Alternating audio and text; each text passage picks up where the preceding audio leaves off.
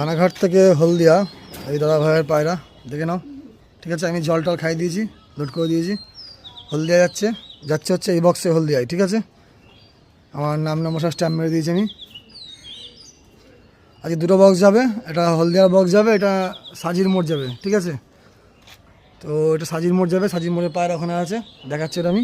First আমি হলদিয়া পায়রা দেখে নিই।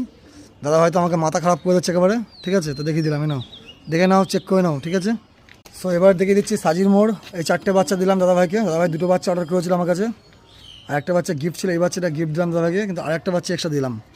ঠিক আছে, আমি বলেছি একটা বাচ্চার চোখের জল আছে, কালে খোপ আটকানো হয়নি, দাদা ভাই ঠিক করে নেবে। আমার তরফ থেকে আমি 4টে বাচ্চা আমি দাদা ভাইকে দিয়ে দিলাম। ঠিক আছে, এটা হচ্ছে সাজির মোড়।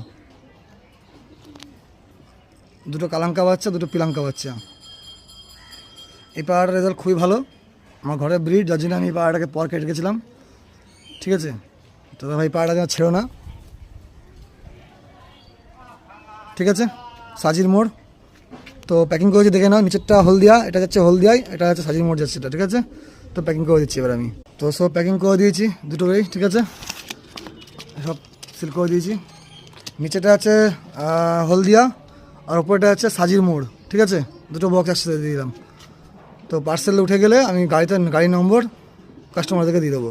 এই বক্স দিয়ে যাচ্ছি। ঠিক আছে, আমাদের হাইওয়ে। তো বাসে উঠে গেলে আমি নম্বর দিয়েছি সবাইকে। ঠিক আছে, দিন আগে নম্বর দিয়ে দিচ্ছি আমি। এটা হলদিয়া। ঠিক আছে,